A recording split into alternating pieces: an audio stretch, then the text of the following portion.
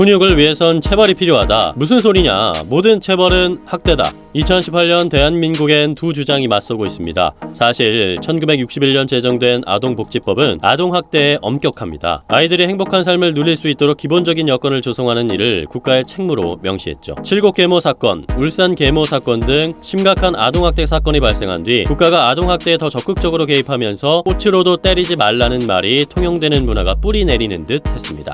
그러나 현장은 달랐습니다. 때려서라도 잘 키워달라는 부모와 내 아이는 손도 대지 말라는 부모가 같은 교실에 존재합니다. 대법원이 공개한 2012년부터 2017년 아동학대 판결문 85건을 분석해보니 같은 행위를 두고 어느 법원에서는 훈육이라고 했고 다른 법원에서는 학대라고 했습니다.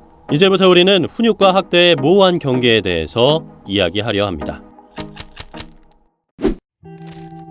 2015년 12살이었던 현준이는 엄마의 내연남 A씨에게 훈육을 빙자한 학대를 당했습니다. 그해 겨울 A씨와 영화를 보러 가는 엄마에게 나도 같이 가고 싶다고 졸랐다가 A씨에게 뺨을 맞았습니다. 내연남 A씨는 거실에서 잠이 든 아이의 배를 발로 걷어차면서 왜 방이 아니라 거실에서 자느냐고 소리를 질렀고 노트북이 고장난 게 현준이 때문이라며 갈비뼈를 발꿈치로 가격했습니다. A씨는 아동학대 혐의로 기소됐죠. 그러나 실형을 살지는 않았습니다. 징역 4개월에 집행유예 1년. 재판부는 지난 1월 A씨에게 현준이를 훈육하고자 하는 의도도 있었던 것으로 보인다고 판단했습니다. 어린이집 교사 지영씨는 2015년 10월 엄마와 헤어지기 싫다고 우는 20개월 된 원아의 양손을 붙잡고 다리로는 아이의 다리를 눌렀습니다. 너 울면 엄마 못 본다. 계속 울면 엄마한테 안 데려다 줄 거야. 지영씨가 윽박지르자 아이는 손톱으로 지영씨의 왼뺨을 긁었습니다. 같은 상황은 이튿날에도 반복됐습니다. 재판부는 지영씨의 행동이 정서적 학대 행위라고 판단했습니다. 체벌이 없었지만 지영씨는 징역 4개월에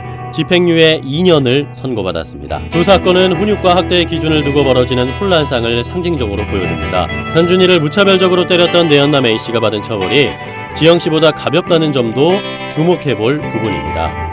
분석한 아동학대 판결문 85건 중 36건에서 훈육이나 훈계란 표현이 나왔습니다. 훈육과 학대의 경계가 모호함을 반증하는 대목입니다. 법원도 가정이나 교육 현장에서의 훈육 목적의 체벌 필요성이나 그 정도에 대해 사회적으로 다양한 의견이 있다는 것은 사실이라고 애로사항을 토로할 정도입니다. 기준 자체가 모호하다 보니 판결이 사회 통념에 기대는 경향도 짙습니다. 현행 아동복지법은 학대 행위 자체를 문제 삼지만 판례는 행위 자체보다 대체로 체벌의 의도와 목적, 정도 등을 기준으로 삼았습니다. 기준 자체가 매우 추상적인 셈이죠. 이세원 전주대 사회복지학과 개건 교수가 말했습니다.